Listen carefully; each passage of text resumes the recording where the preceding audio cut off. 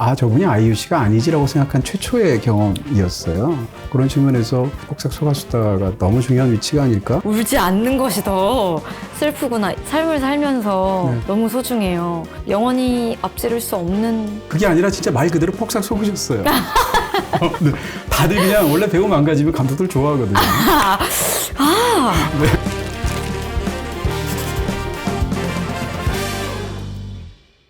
BTV 이동진의 파이아케 안녕하세요. 저는 이동진입니다. 지금 화면을 보시면서 와, 이분이 파이아케에 나오시는구나 라고 생각하실 텐데 아이유님 나오셨습니다. 안녕하세요. 파이아케야 시청자 여러분, 저도 종종 이제 영상을 보는 시청자이기도 아유, 한데요. 감사합니다. 오늘 초대해 주셔서 자리에 나오게 됐습니다. 아이유입니다. 반갑습니다. 네. 폭삭 소가수다 때문에 요즘 정말 최고의 나날을 보내고 계시지 않을까? 아유, 행복합니다. 요즘 어떠세요? 주변에서 얘기 굉장히 많이 들으실 텐데. 그쵸. 제가 작품을 통틀어서 가장 많은 피드백을 받고 네. 응원도 많이 해주시고 네. 기쁘고 되게 좋습니다. 넷플릭스에 이게 업로드가 된 게 이 시리즈가 지금 한 5주 차 네, 정도인 것 네, 같고요. 그렇습니다. 지금까지도 비영어 드라마에서 네. 1위를 기록하기도 하고.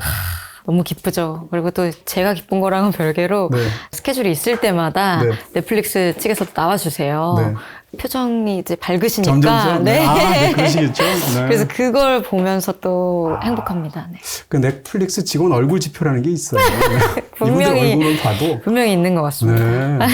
더 놀라운 것은 이제 보통 그 인기를 계속 누린다 하더라도 이 속성상 이 초반부터 이렇게 점점점 이렇게 약간 네. 뭐 하향을 하게 되는데 네. 그 스코어 같은 걸 보면 전혀 그렇지 않던데. 그 마음이 좀 지속성이 큰 것 같아가지고 그거 역시 또 기쁜 요인 중에 하나입니다. 뮤지션으로서는 이런 영광을 굉장히 많이 누리셨을 텐데 사실 연기자로서는 이 정도로까지 네. 이렇게 스포트라이트를 받으신 적이 없으시죠? 처음에 가깝죠. 네. 뭐 나의 아저씨 때 정말 많은 분들이 좋아하셨지만 네. 훨씬 더 대규모인 것 같고요. 저에게 다양한 연령대가 좋아해 주시니까 네. 이런 건 진짜 저도 처음 겪는 일인 것 같아요. 이 폭삭 소가수다에 관련된 수많은 어떤 그런 반응들을 주변에서 그 많은 반응 중에 굉장히 기분 좋은 가장 그런 어떤 유형이 있다면 어떤 말을 할 때일까요?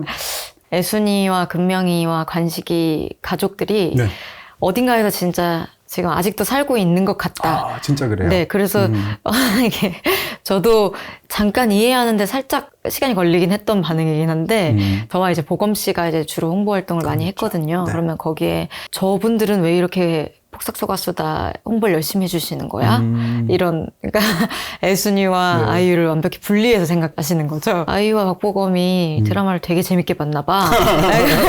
이런 식으로 그럴 정도로? 댓글을 달아주신 분들이 있다고 해서 네. 저도 잠깐 그게 무슨 말이지 했다가 아, 너무 웃음이 이렇게 빵 터졌었어요. 네. 이제 이 영화가 갖고 있는 수많은 장점들이 있을 텐데 그 중에서 이제 영화가 갖고 있는 엄청난 실감 같은 게 있잖아요. 네. 그래서 와, 정말 리얼리티가 대단하다라고 생각하는 순간 또 생각해보면 가만히 있어봐, 이 영화 너무 판타지 아니야? 생각이 들면서 그 제주도 시골 마을에 아이유와 박보검이 사랑하는 얘기잖아요. 그러니까 네. 박보검 씨도 무슨 사랑만 하는 무쇠 뭐 네. 같은 남자라는 네. 것이 영화의 설정으로 연기를 너무 잘하시긴 하는데 네.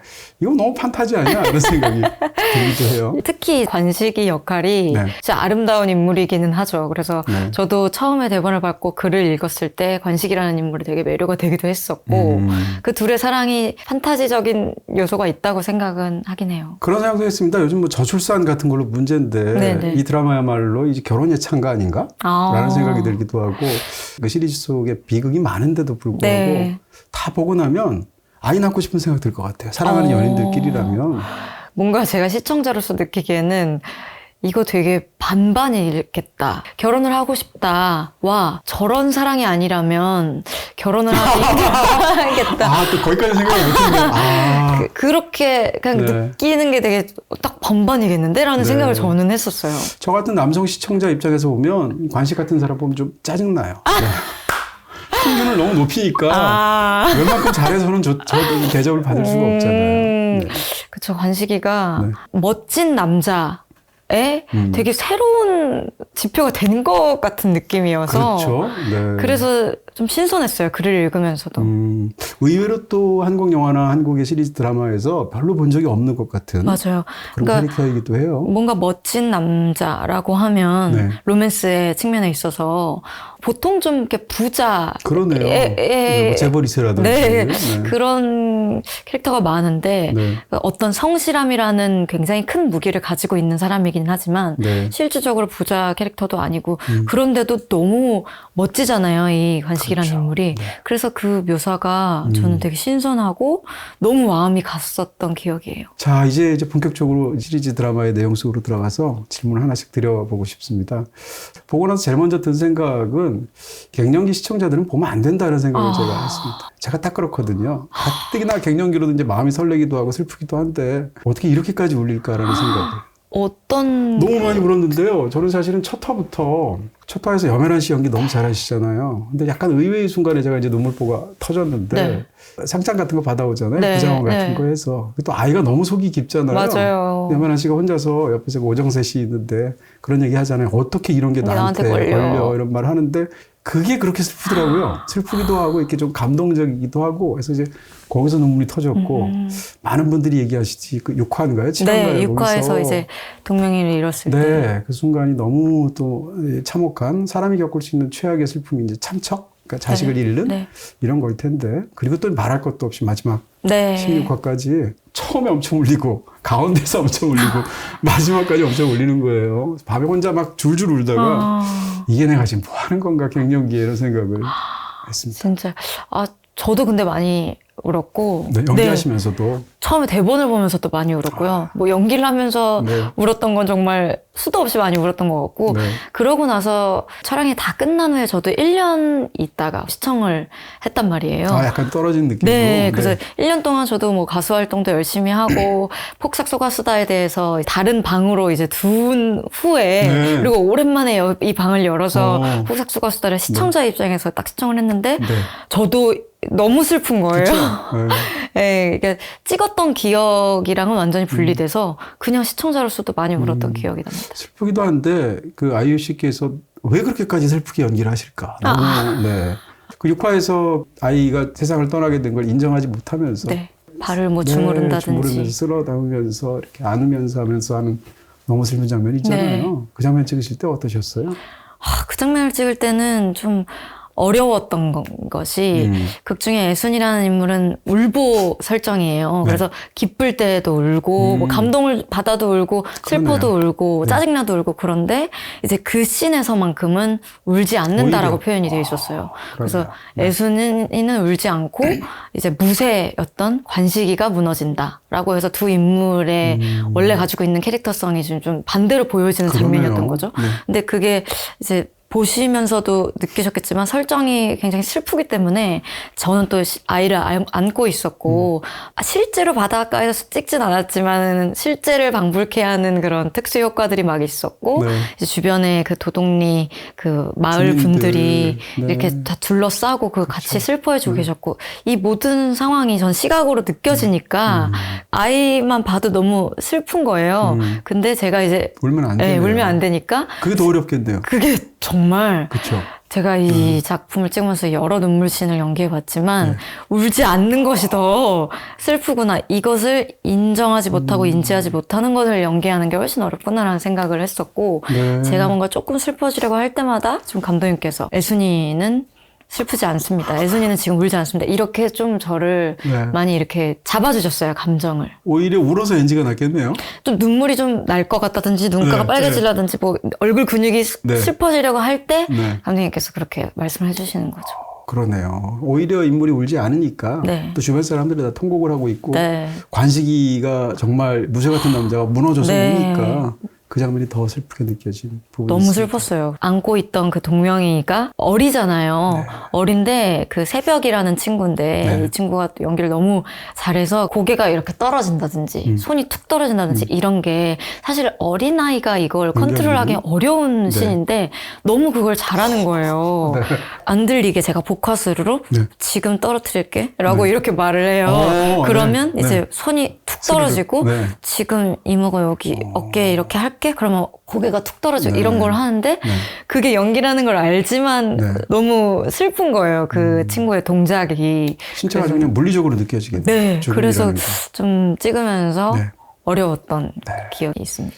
그다음에 촬영지 부분이 있는데 많은 분들이 놀란 것 중에 하나가 이거 제주도에서 네. 보다는 대부분의 이 세트는 이제 경상북도에서 네, 찍으셨죠. 맞습니다. 안동 근처. 안동 쪽 그리고 적지 않은 분량을 연천 쪽에서도 찍었고요. 한 마을 전체를 다 만든 거잖아요. 네. 대본상에서만 존재하는 것들이 이렇게 막 혼자서 상상하거나 연습하거나 이렇게 떠올리거나 해서 만들어 오실 텐데 네. 그 상황에서 이 정도로 세트를 만들어서 거기에 딱 들어가서 연기를 시작하면 네. 공간에서 어떤 느낌 같은 거 굉장히 강렬하게 받으실 것 같아요. 아주 영향을 크게 받죠. 그쵸? 특히 이제 저희 작품이 미술이 정말 대단했어요. 네.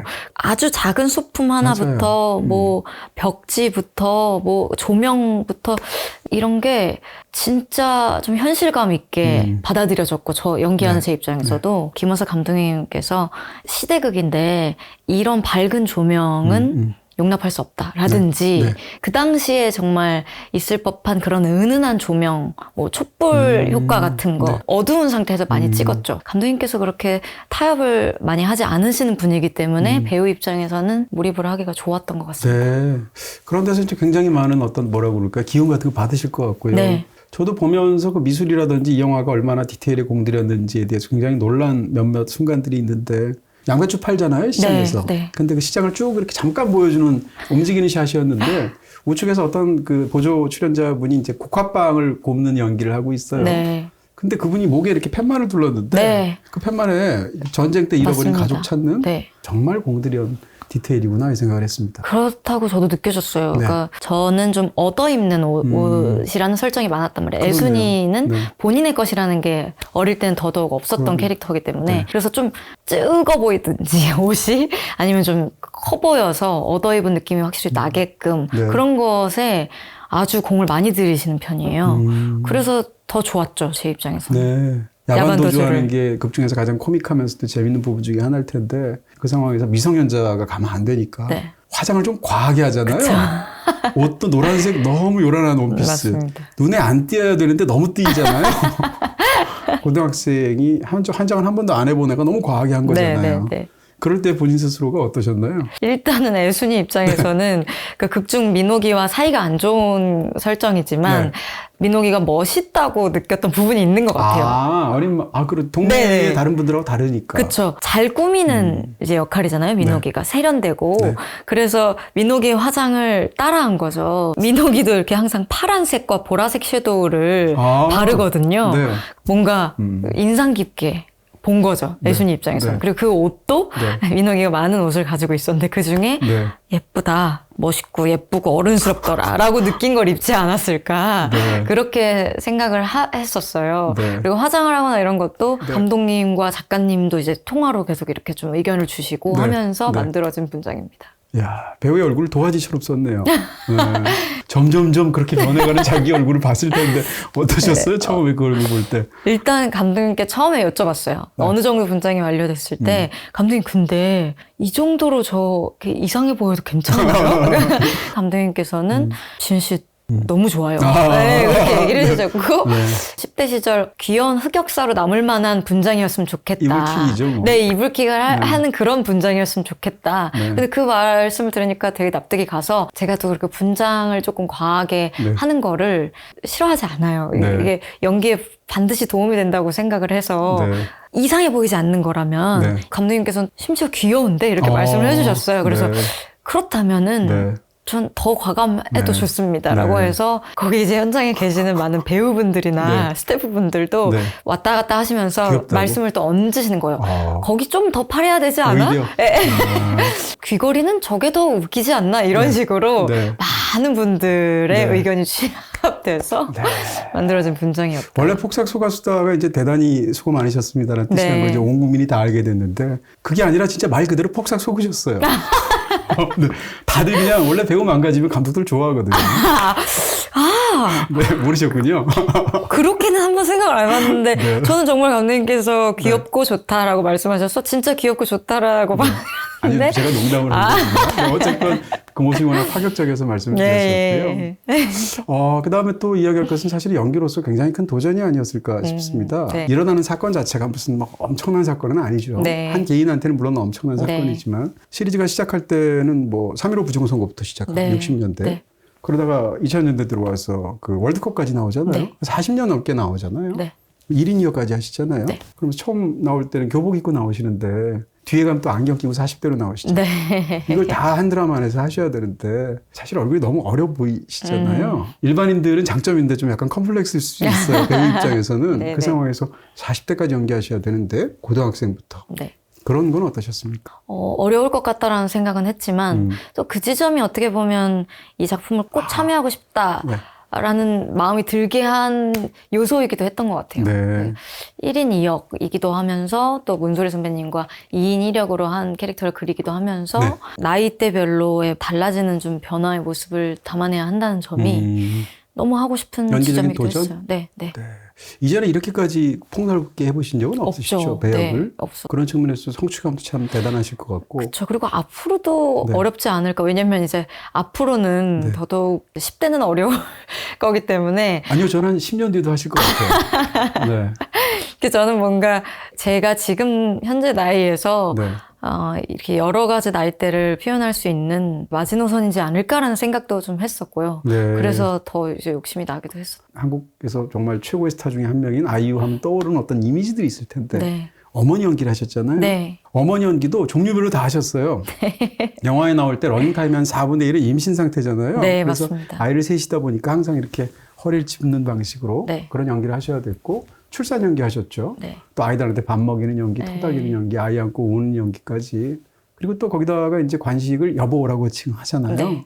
근데 여보라는 호칭이 사실은 미혼 그쵸. 입장에서는 안 나오잖아요. 그쵸. 이런 연기들을 이전과 달리 하신 건 어떠셨습니까? 뭔가 어색하려나라는 생각을 아주 잠깐 하긴 했었는데요. 네. 대본을 이렇게 읽으면 네. 정말 자연스럽게 따라가지는 힘이 있었어요. 네. 그래서 막상 현장에 갔을 때는 자연스럽게. 네, 자연스러웠었던 기억이고요. 네.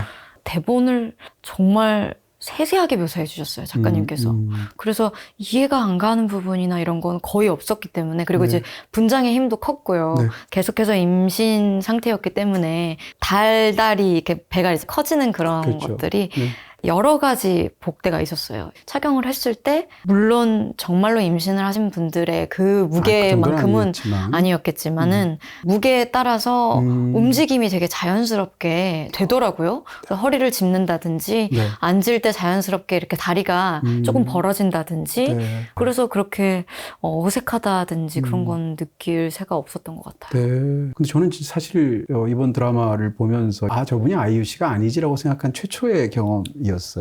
그런 측면에서 폭삭 소가수다가 너무 중요한 위치가 아닐까 그 생각을 했었었고요. 네. 거기다가 이제 배우 입장에서는 1인 2역도 엄마와 딸을 한꺼번에 연기하는 네. 그 연기는 어떠셨어요? 현장이 늘 그렇듯이 순차적으로 촬영을 할 수는 없잖아요. 네, 그래서 그렇죠. 뭐 애순이를 찍다가 금명이를 찍다가 어떤 날은 애순이 찍고 금명이 찍다가 이렇게 왔다 갔다를 했었는데 초반에 애순이로 촬영을 하다가 금명이가 들어오는 순간 약간 혼란스럽기는 했었어요. 네.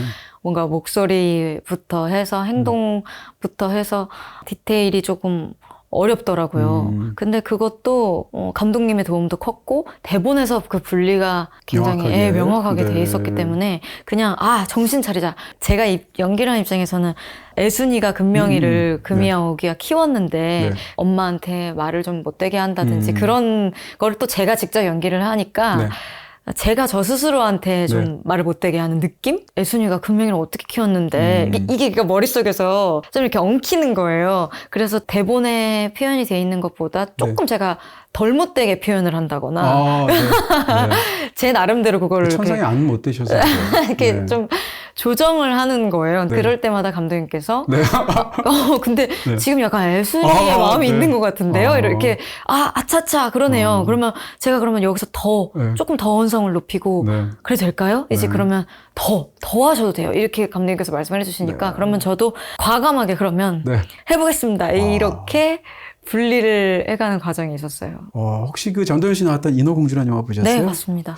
근데 거기서도 그 전도연 씨가 1인 2역을 하셨고 네, 모녀. 제주도에 또 해녀랑 네. 관련되어 있는 부분이고 이름도 비슷해요. 거기 연순이거든요. 아, 그러네요. 연순 애순이에요. 그런 부분에서 제주도에서 이런 걸로 1인 2역을 한 걸출한 작품이 2작품이 나온 것 같은 생각이 저한테 드는 네. 거예요.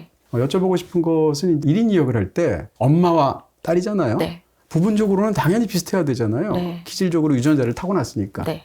반면에 엄마랑 똑같이 연기하면 안 되잖아요. 그렇죠. 이 양자에서의 긴장이 있을 텐데. 타인이니까요. 네. 네. 예를 들어서 그 대부 있지 않습니까? 네. 그 대부 1편을 그 말론 브랜도가 이제 연기를 했잖아요. 대부 네. 역을. 네. 그리고 말론 브랜도의 젊은 시절을 로버트 드니로가 연기를 하는데 로버트 드니로의 나중에 얘기를 보면 늙었을 때 일부에서 말론 브랜도가 이렇게 연기했으니까 그 사람은 과거가 어떨까를 끊임없이 생각하면서 버릇이라든지 이런 것들, 성정이라든지 생각하면서 연기했다고 그러더라고요. 굉장히 인상적이었는데 네. 두 사람을 똑같이 연기해도 안 될 거고요. 너무 다르게 연기해도 안 되잖아요. 네. 엄마와 딸로서 어떻게 다르게, 어떻게 비슷하게 연기를 하셨는지 한번 여쭤봅니다. 우선 둘의 환경이 너무 다르기 때문에 그리고 이제 묘사가 되기를 애순이는 아무리 이제 그늘이 들어도 기어코 해를 찾아서 고개를 드는 풀꽃 같은 인물이다라고 네. 길을 잃지 않게끔 끌어줬던 딱 한 문장이었던 것 같아요. 캔디네요, 캔디. 그쵸. 네. 캔디이기도 하면서 그렇다고 슬픔이나 이런 게 없는 캐릭터는 또 아니란 말이에요. 겪어낸 후에 극복해내는 그래서 되게 강인한 캐릭터라고 느껴졌어요. 네. 애순이가 부정적인 말을 전혀 안 한다든지 부정적인 감정을 피한다든지 그래도 괜찮아 라고 네. 다 튕겨내는 그 정도의 인물은 아닌데 네. 그걸 다 받아들인 다음에 극복해내니까 전 더 강하다고 그게 느껴지는 거예요. 네. 그래서 애순이의 인간적인 강인함을 좀 표현하고 싶었고 네. 금명이 같은 경우는 네. 일단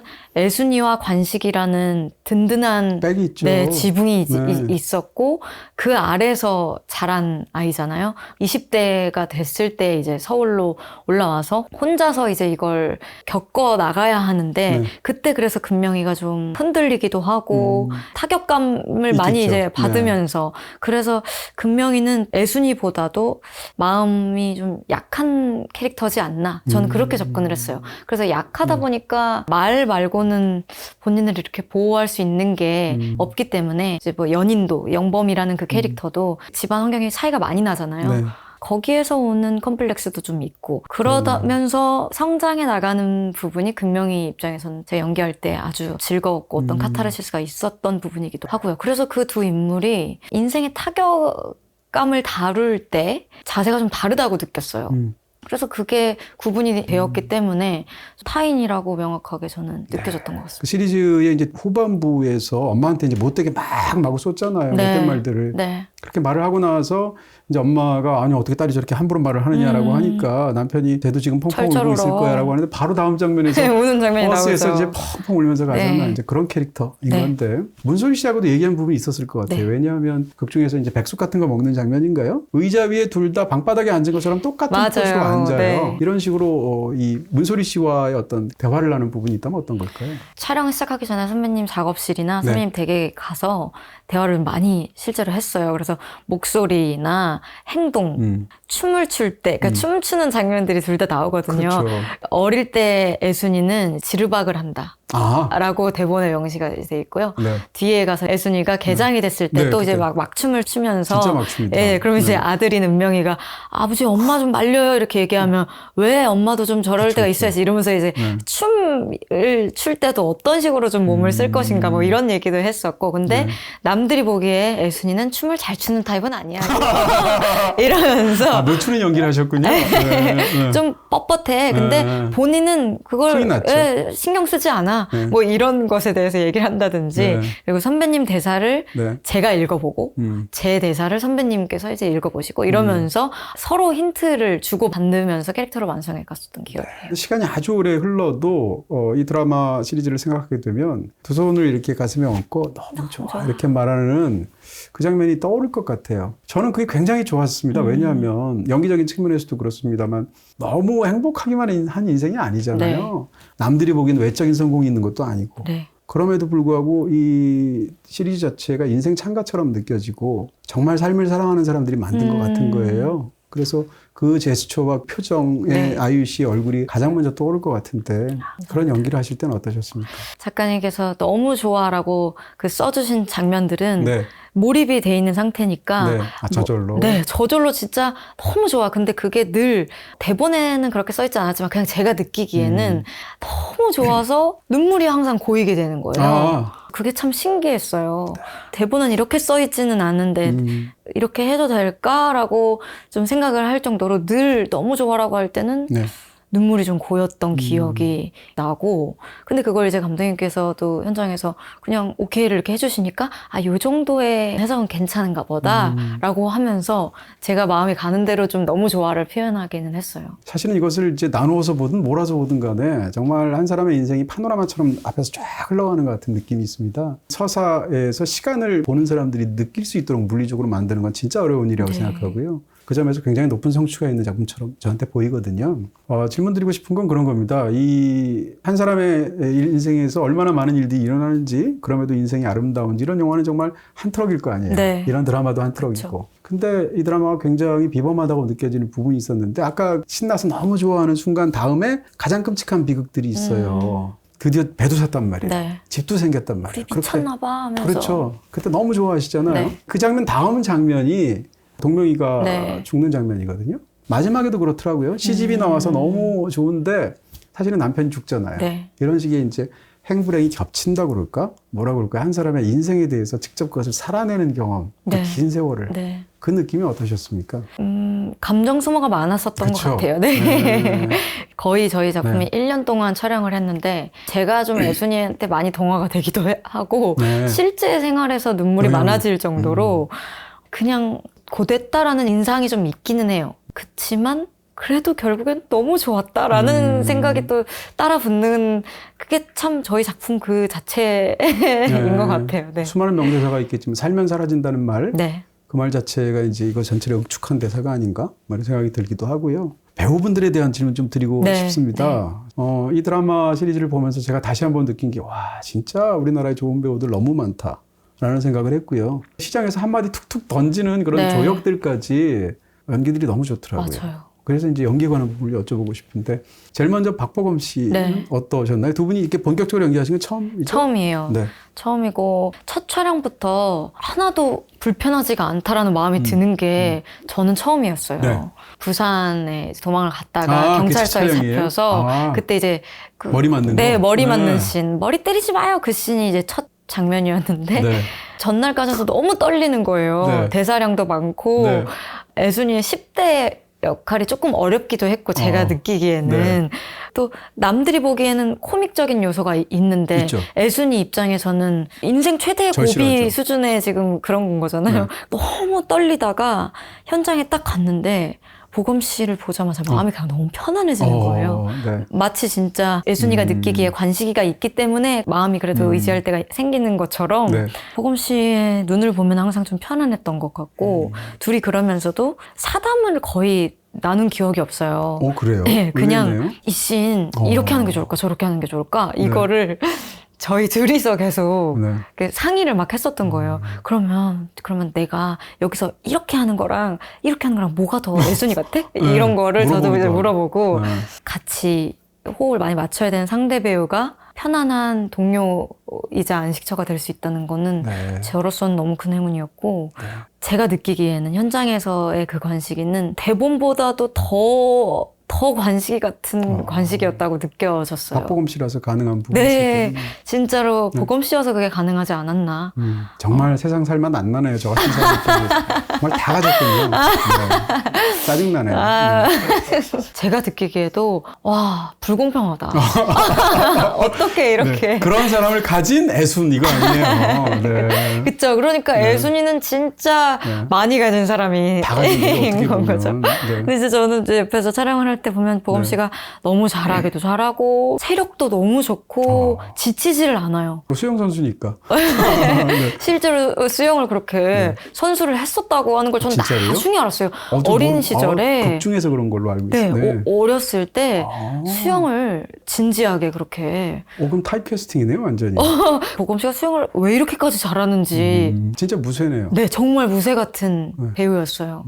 근데 또 너무 따뜻하고 친절하고 상냥한 인간이기 때문에. 끝까지 가는군요. 네. 그러니까 진짜 아니 말이 돼? 이럴 정도로 네. 도대체 네. 부족한 게 뭐야? 그러네요. 세상 진짜 불공평하다라는 라는 거를 이야기를 또 아이유 씨가 하시네요. 네. 저도 네. 그걸 느꼈습니다. 점점 기분이 나빠져요.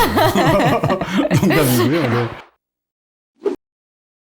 이걸 한번 관식의 입장에서 한번 이 이야기를 보면 어떨까 그 생각을 했고요. 극 중에서 호루라기 같은 여자, 무쇠 같은 남자잖아요. 이 무쇠는 사실 그렇게 귀하게 느껴지는 게 아니잖아요. 그럴 수 거기다가 수영 선수로 가서 최고 성적이 4등 했던 사람이잖아요. 네. 그러니까 금은동은 못 땄잖아요. 네. 결혼을 해서 배 이름을 금은동이라고 짓고 네. 금명이, 은명이, 동명이. 네. 그러니까 어떻게 보면 이 사람은 외적으로는 성취를 못한 사람. 메달 한 번도 딴 적이 없는 사람이지만 개인적인 삶에서는 무쇠로서의 삶처럼 보이지만 사실은 금은동을 다 딴 사람이거든요. 그렇죠. 관식이라는 인물을 저도 너무 응원하고 좋아했던 이제 한 사람으로서 물론 가슴 아픈 퇴장이기는 했지만 네. 한 인물로서도 너무 충실한 삶을 살았고 아내에게도 너무 좋은 남편이었고 아이들에게도 너무 진짜 훌륭한 아버지였고 그 모든 것을 해낸 어떻게 보면 진짜 불가능에 가까울 수 있는 그럴 수 있겠네요. 모든 성취를 해내고 퇴장을 하는 거고 또 나중에 남아있는 사람들의 가슴에 어떻게 남을까를 네. 생각해보면 그것도 정말 대단한 성취죠. 삶에 있어서의 이제 성공과 실패를 당연히 남이 함부로 말할 수가 없고 네. 그게 본인에게 어떤 의미인지를 사실은 제대로 보여주는 측면이 있겠죠. 네. 그렇게 그 드라마에서 마지막으로 이제 응급실로 실려갈 때 딸이 이제 뒤늦게 도착해서 네. 막 따라가면서 울면서 미안하다, 하는 대사가 사랑한다. 겁먹지 말라고 얘기하죠. 그게 또 그렇게 슬프더라고요. 아이유 씨가 이제 하는 금명이로서 하는 대사였을 텐데. 그리고 이제 돌아가시는 장면 자체를 약간 환상적으로 처리를 해서 응급실 사이에다 두고 10대 시절. 네, 두 사람이 서보고 있는 장면으로 미소 짓고 있는 게 마지막 부분일 텐데 그때는 어떠셨습니까? 연기를 하실 때. 좀 잔인하게 슬픈 장면이라고 생각을 했어요. 근데 웃어야 되잖아요. 웃어야 되니까. 이게 관식이의 눈에서 보기엔 마지막 모습이라고 생각을 하니까 그동안 이 작품에서 보여줬던 어떤 웃음보다도 예쁘게 웃고 싶다라는 생각도 또 들더라고요. 슬프지만 떠나가는 내 가족, 내 남편에게 가장 예쁜 웃음을 보여줘야지 하는 애순이의 마음으로 웃고 싶었고 근데 너무 슬펐던 기억이 나고 또 동시에 시간이 많지 않았어요. 빨리빨리 넘어가야 되는 부분들이 있어가지고 여러 가지 버전을 좀 연기해보고 싶었는데 그러지 못한 것에 대한 약간의 또 아쉬움도 스스로 좀 남는 신이기도 하고 그런 한계에서 배우들이 연기를 항상 해야 되잖아요. 그쵸. 근데 보는 사람 입장에서 그렇게 안 들리고요. 그냥 그날 그 장면만 찍은 것 같아요. 아 진짜요? 네, 그렇게 몰입감이 굉장했었습니다. 참 감사합니다. 다른 배우들 얘기도 조금만 네, 여쭤보겠습니다. 저 문소리 씨, 또 박혜준 씨, 엄마 아빠로 어떠셨습니까? 일단 소리 선배님과 2인 1역을 연기를 한다는 것이 가장 떨리는 부분이었어요. 좋아하는 선배님이었기 때문에 모자람 없이 제가 선배님의 그 청년 시절을 연기하고 싶다라는 욕심과 또 어떤 불안과 그런 것들이 좀 있었는데 선배님께서 그냥 너무 편하게 저를 대해주셨어요. 그래서 이거 같이 한번 읽어보자. 이거 같이 한번 고민해보자. 너라면 이렇게 어떻게 할 것 같아? 나라면 그 씬에 이렇게 할 것 같아. 이런 식으로. 그래서 한 인물을 만들어가는 데 있어서 너무 선배님께서 든든하게 저한테 도움을 주신 거죠.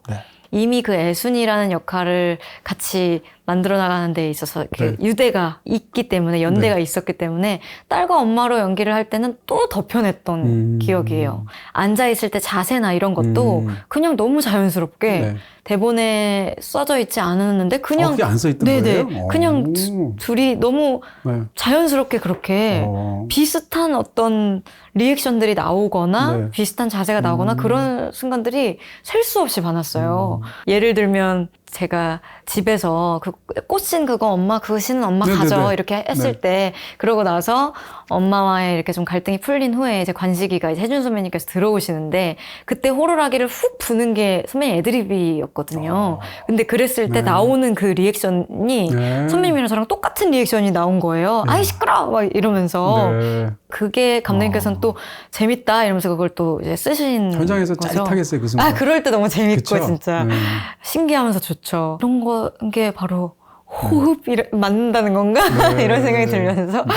두 분 다 인물을 제대로 살아냈으니까. 네, 그런 것 같아요. 그래서 원이 있는 거죠. 선배님과 그렇게 딱 어떤 딱 공통점이 딱 생길 때 그때 너무 좋았고, 선배님 연기를 제가 모니터를 하고 찍을 시간도 없었고, 선배님의 입장에서도 제 연기를 다 보시고 이걸 찍을 수가 없는 상황이었는데도 이렇게 보니까 한 인물 같은데? 이렇게 느껴지는 씬들이 많았어서 이 인물에 대한 이해도가 비슷하지 않았나라고 생각을 했었고, 이제 혜준 선배님 같은 경우는 정말 유쾌하신 분이에요. 아, 그래요? 네. 평상시에. 너무 유쾌하시고 네. 늘 어떤 개그. 저 사람을 내가 즐겁게 해줘야 된다. 네. 저뿐만이 아니고 현장에 있는 이렇게 좀 지쳐 보이는 분들한테 가서 항상 이렇게 유머를 먼저 건네시고 따뜻하면서도 유쾌하게 이렇게 풀어주시는 걸 보고 마치 아까 말씀드린 것처럼 박보검이었기 때문에 그 관식이를 더 관식이답게 표현했던 것 같다라는 그 맥락에서 박혜준 선배님이었기 때문에 그 관식이가 또 그렇게 되지 않았나. 그래서 특히나 관식이라는 역할을 이렇게 두고 캐스팅을 하실 때는 배우의 따뜻한 마음이라든지 그 깊이를 보신 게 아닐까라고 생각이 들 정도로 혜준 선배님의 관식이도 사랑스러운 인물이었다고 생각을 해요. 혜준 선배님이셨기 때문에.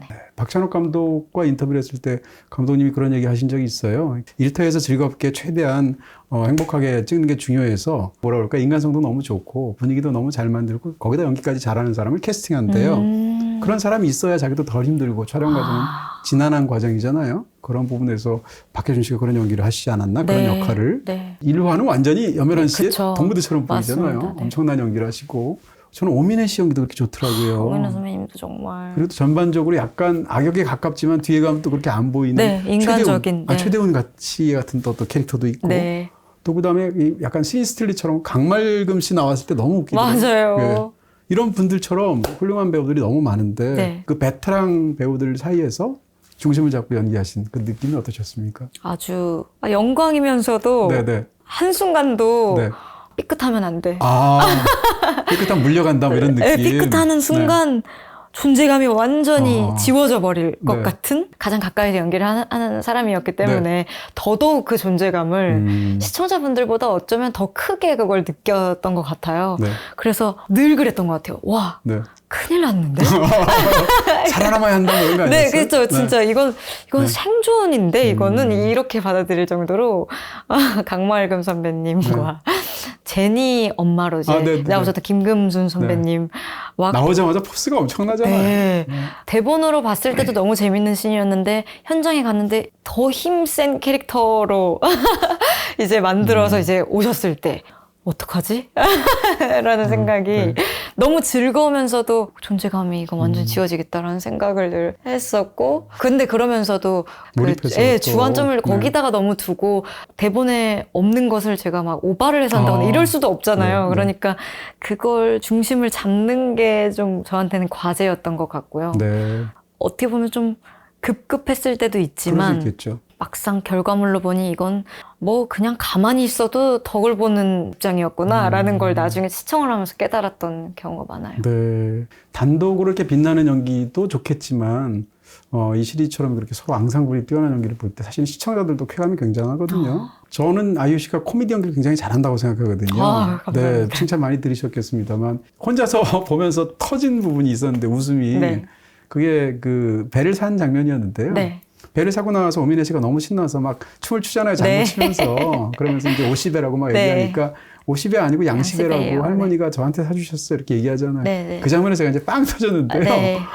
그 캐릭터가 어떤 캐릭터인지를 보여주기도 하고 그 장면에서의 이 순수하게 마음이 다 드러나는 그 애순의 마음을 알 수도 있고 또 강말금 씨랑 심지어는 이제 골목에서 싸울 때도 명치 이런 거 하잖아요. 이럴 때 어떻게 보면 약간 슬랩스틱에 가까운 코미디 연기까지. 코미디 연기 하실 때랑 이 극 중에서 또 슬픈 우는 장면들도 굉장히 많은데 여기서는 적어도 어느 게 더 어렵게 느껴졌습니까? 늘 코미디 연기가 더 어려운 것 항상이요? 같아요. 진짜 호흡이 너무 중요해서 이거를 제가 또 가수여가지고 저는 그렇게 이해하는 걸 수도 있는데 이걸 멜로디를 어떻게 하느냐, 이걸 뭐 부점 처리를 하느냐, 정박 처리를 하느냐 뭐 이런 식으로 너무 많은 선택지가 있는데 네. 그 중에 선택을 뭘 하느냐에 따라서 이 코미디가 터지든지 네. 아니면 대본보다 재미없게 나오든지 그 항상 선택의 기로에 놓이는 것 같아요. 코미디에 있어서는. 네.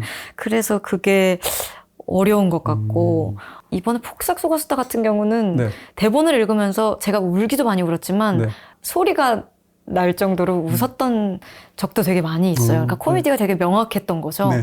작가님께서 울리는 것 이상으로 웃기는 것에도 또 강점이 있으신 분이라고 저는 생각을 하거든요. 네. 그래서 희한하게 목소리가 들렸던 것 같아요. 음정을 이런 식으로 박자를 이런 식으로라고 들렸던 것 같아요. 무슨 악보를 보듯이 네, 이렇게 네, 하신 네. 거네요. 그렇게 들렸던 것 같아요. 네. 근데 그게 저만 그렇게 느낀 게 아니고 현장에서 배우분들이랑 얘기를 이제 하다 보면 많은 분들이 그런 말씀을 하셔서 그게 또 신기했어요. 이렇게 그냥 느껴지더라. 아, 나만 그렇게 느낀 게 아니구나. 그래서 참 감사한 대본이었죠. 네. 이게 연기자가 할 몫을 덜어주시는 그런 글이었기 때문에 네.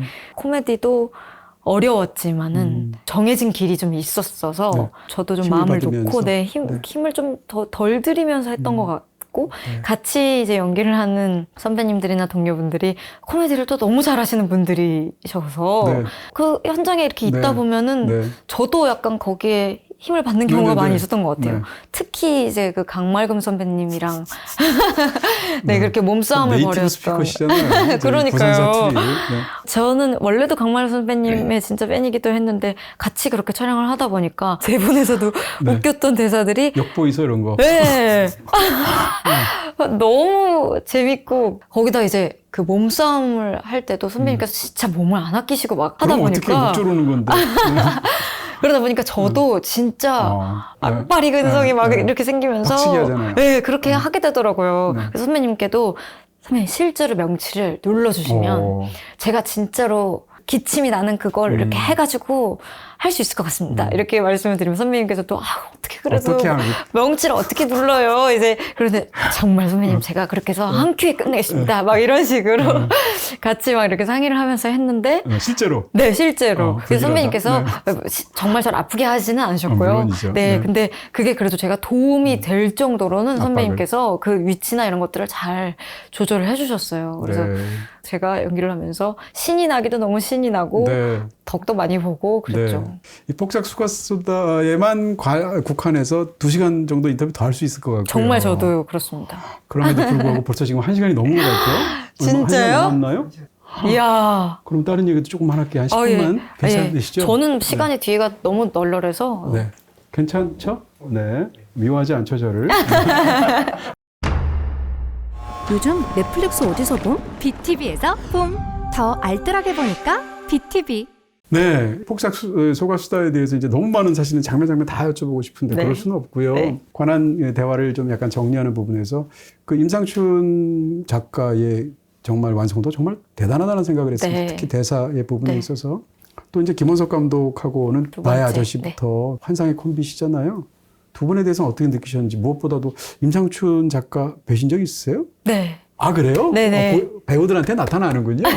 약간 이렇게 신비주의시잖아요. 네, 그쵸. 뵐 기회가 많지는 않기는 해요. 많은 사람들 앞에 이제 나서는 걸 좀 약간 꺼리시는. 떨려하는 분들이 이제 계시잖아요. 네네네. 그래서 많은 사람들이 있는 자리에는 이렇게 안 나타나시지는 나오시는. 않는 편이긴 하지만 리딩이나 또 제가 이제 작업실에 가서 이제 뵀었던 적도 있고 마지막에 저희가 촬영 다 끝나고 무사히 마친 것에 대해서 기념하는 또 회식 자리 이럴 때는 이제 작가님께서 오셨었고요. 작가님의 이전 작품인 뭐 동백부터 시작해서 단막극이었던 백희가 돌아왔다, 뭐 쌈마이웨이 이렇게 모든 작품을 제가 재밌게 봤었어요. 그래서 그랬다가 이제 글을 받으니까 너무 좋겠네요. 네, 너무 신이 났었고 어떻게 이런 게 나한테 걸려? 아까 그 딱 대사처럼. 그런 마음이었어요. 네. 어떻게 진짜 이런 게 나한테 걸려 이런 마음이었고 네. 작가님 이제 작업실에 가서 대략적인 어떤 스토리를 이제 들었었거든요. 제가 그 얘기만 듣고도 그냥 너무 막 마음이 막 이렇게 한 거예요. 그래서 작가님께 집에 빨리 가서 이걸 대본을 그냥 네. 읽어보면 안 될까요? 이렇게 네. 말씀을 드릴 정도로 빨리 보고 싶어서. 네, 그 정도로 빨리 읽고 싶었어요. 그때 후루루룩 다 읽었고 바로 너무 하고 싶다. 제발 제가 시켜주시면 제발 제가 하고 싶다. 이렇게 말씀을 드릴 정도로 네. 이 전개와 네. 감정 전달과 네. 글 자체를 너무 촘촘히 쓰신 건 거예요. 근데 이 부분은 뭐지? 라는 물음표가 생기지 않게끔 너무 공을 들여서 쓰신 글이라는 게 대본으로 느껴진다기보단 그냥 소설 같은, 네, 그렇게 느껴졌어요. 이렇게 수많은 인물의 글쎄 말이에요. 감정을 네. 어떻게 다 이렇게 표현하셨을까? 진짜 대단하시다. 어떻게 이럴 수가 있지? 그냥 그런 마음이 되게 컸던 것 같고. 네. 김원석 감독님이랑은 이제 두 번째 작품이라 많은 분들이 네. 이제 그래서 더 편했겠다라고 생각을 하실 것 같은데 네. 작품을 이제 하실 때 좀 새로운 조합을 늘 하시는 편이고 재회를 그렇게 많이 하지 않는 분으로 이제 알려져 있단 말이에요. 근데 네. 그렇게 길지 않은 사이를 두고 다시 재회를 한 거기 때문에 네. 저도 그렇고 감독님도 그렇고 전 작품보다 더 뭔가 잘해야 된다라는 그럴 수 생각이 있겠네. 있었던 것 같고 네. 그래서 좀 더 조심스러웠던 부분이 서로 있었던 것 같습니다. 두 작품이 워낙 또 결이 다르기도 결이 하고요. 너무 다르죠. 네. 너무 다르고 인간적으로도 이제 좀 아니까 한 작품을 한 이유기 때문에 감독님께서 이런 부분을 되게 집중하신다. 이 부분에 좀 예민하시다. 알고 있기 때문에 저도 더 조심스러웠고 네. 이렇게 얘기를 들어보면 감독님도 약간 저랑 비슷한 마음이 좀 있으셨던 것 같아요. 감독님께서도 저에게 한 번도 이렇게 말씀을 편히 하신 적이 없고 늘 존댓말을 이제 써주시고 네.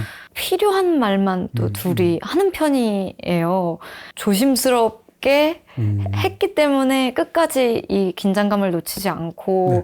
작업이 끝나지 않았나라는 생각이 듭니다. 자, 이제 나머지 이야기들도 조금씩 네. 또 어렵게 보셨으니까 몇 질문을 드리면서 오늘 인터뷰를 서서히 좀 마무리를 지어야 네. 될 것 같습니다.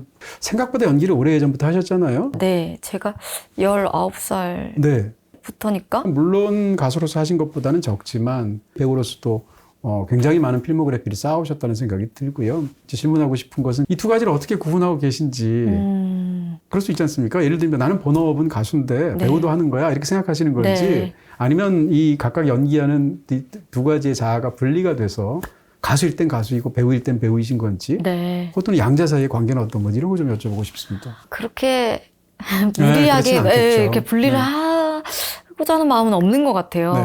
가수도 본업이고 네. 배우도 본업이라고 생각을 하고 임하고 있기는 합니다. 그래서 네. 둘 다 성취를 내고 싶다라는 그 마음으로 늘 임하고 있는 것 같고요. 어느 순간부터는 제가 연기를 할 때도 아이유라는 이름을 그냥 통일을 하겠다 그렇게 말씀을 드렸거든요.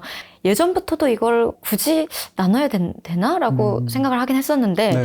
뭔가 그때 당시에는 약간 유행처럼 다들 그렇게 하셨죠. 이렇게 나누는 것이 좋겠다라고 이제 많은 분들이 조언을 해주셔서 네. 그런가 하고 이제 그렇게 했다가 어느 네. 순간부터는 또 의미가 이제 있나? 제가 이지은이라고 배우 활동할 때는 그렇게 써도 네.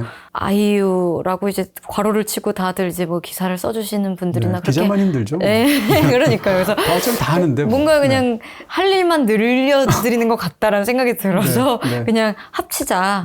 그리고 제 마음속에는 어쨌든 예전부터도 늘 나라는 인물을 통해서 이게 표현이 되는 게 노래든 연기든 작사든 뭐가 됐든 똑같지 않나? 라고 저는 생각을 해왔기 때문에 네. 크게 분리를 하고자 한 적은 없었어요. 믹 제거 같은 사람 보통 가장 많이 지칭하는 말 중에 하나가 이제 보컬 액터라는 말을 쓴단 말이에요. 무대 위에서 노래하고 춤추고 했을 때의 그 퍼포먼스든 뭐 음색이든 무엇이든 가는 게 사실은 그것도 일종의 연기이지 않습니까? 그쵸. 그런 측면에서 음악을 하시고 무대에 서셨다는 게 카메라 앞에 서서 연기라는 것 굉장히 많은 도움도 받으셨을 것 같아요. 아, 그것도 그런 것 같아요. 무대도 무대지만 녹음실에서 보내는 시간이 이번 더군다나 내레이션까지 했잖아요. 네.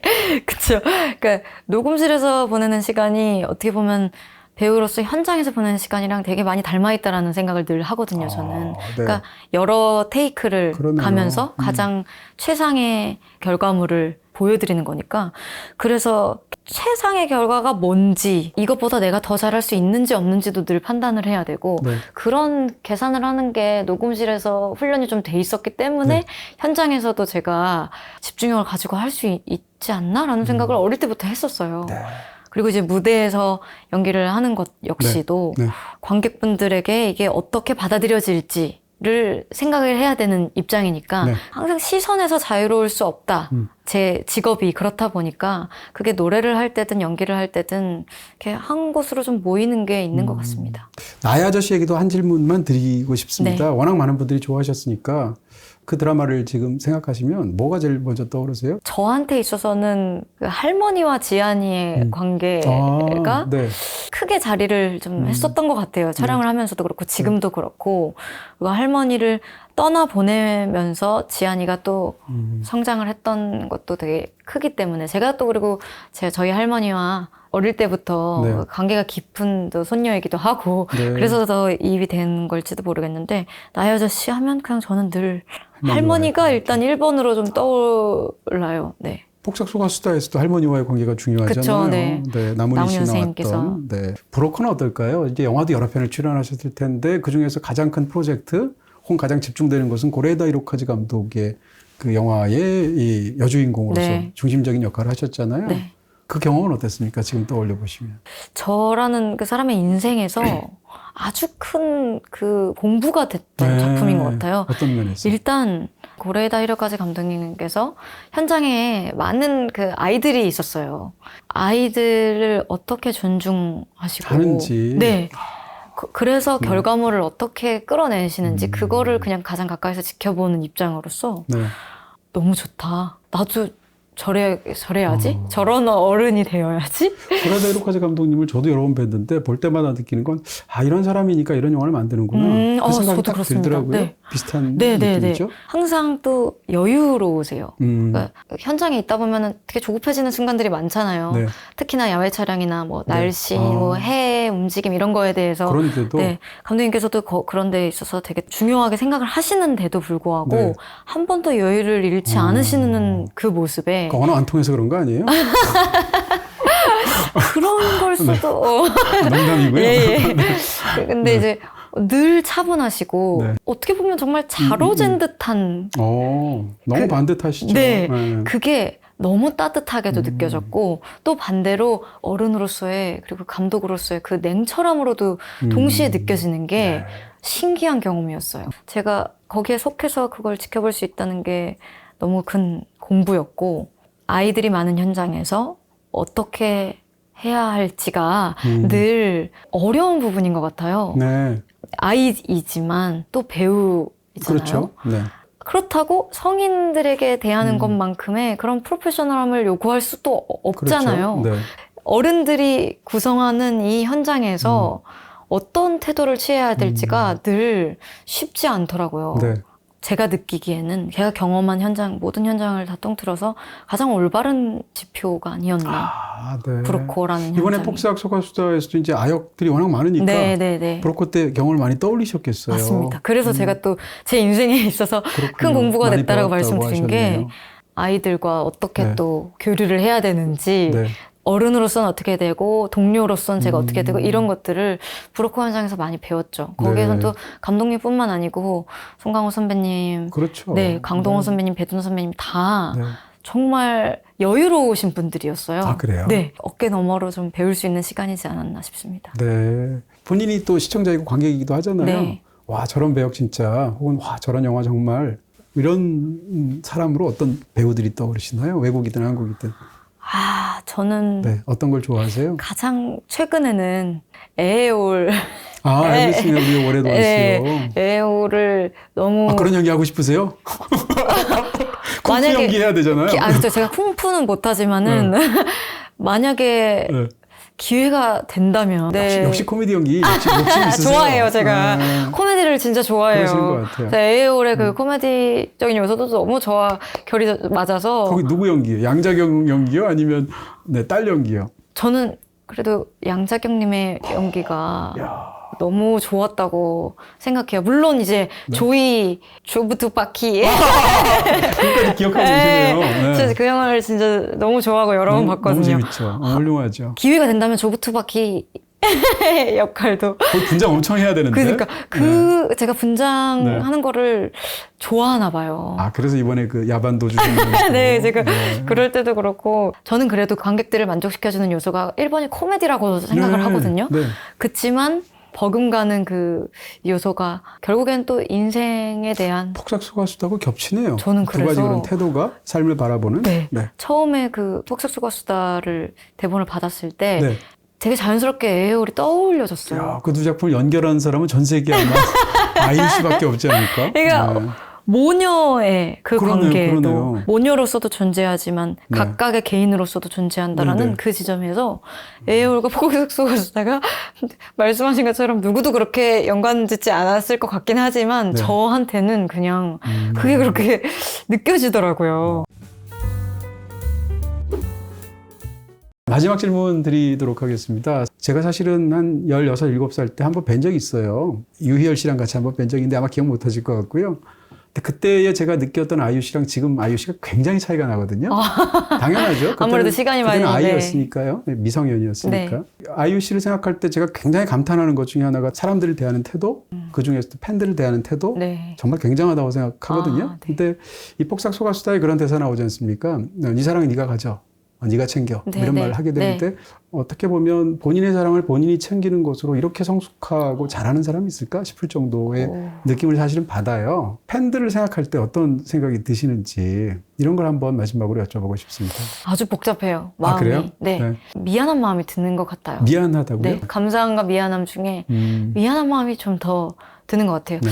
그러니까 사랑을 받는 입장이니까 네. 저도 팬분들을 사랑하기 때문에 이 관계가 이제 이어갈 수 있다고 늘 느끼지만 그래도 그 사랑의 크기를 보자면 어쩔 수 없이 개인이 드리는 사랑이기 때문에 그 크기가 그분들이 저에게 주시는 사랑에 비해서 네.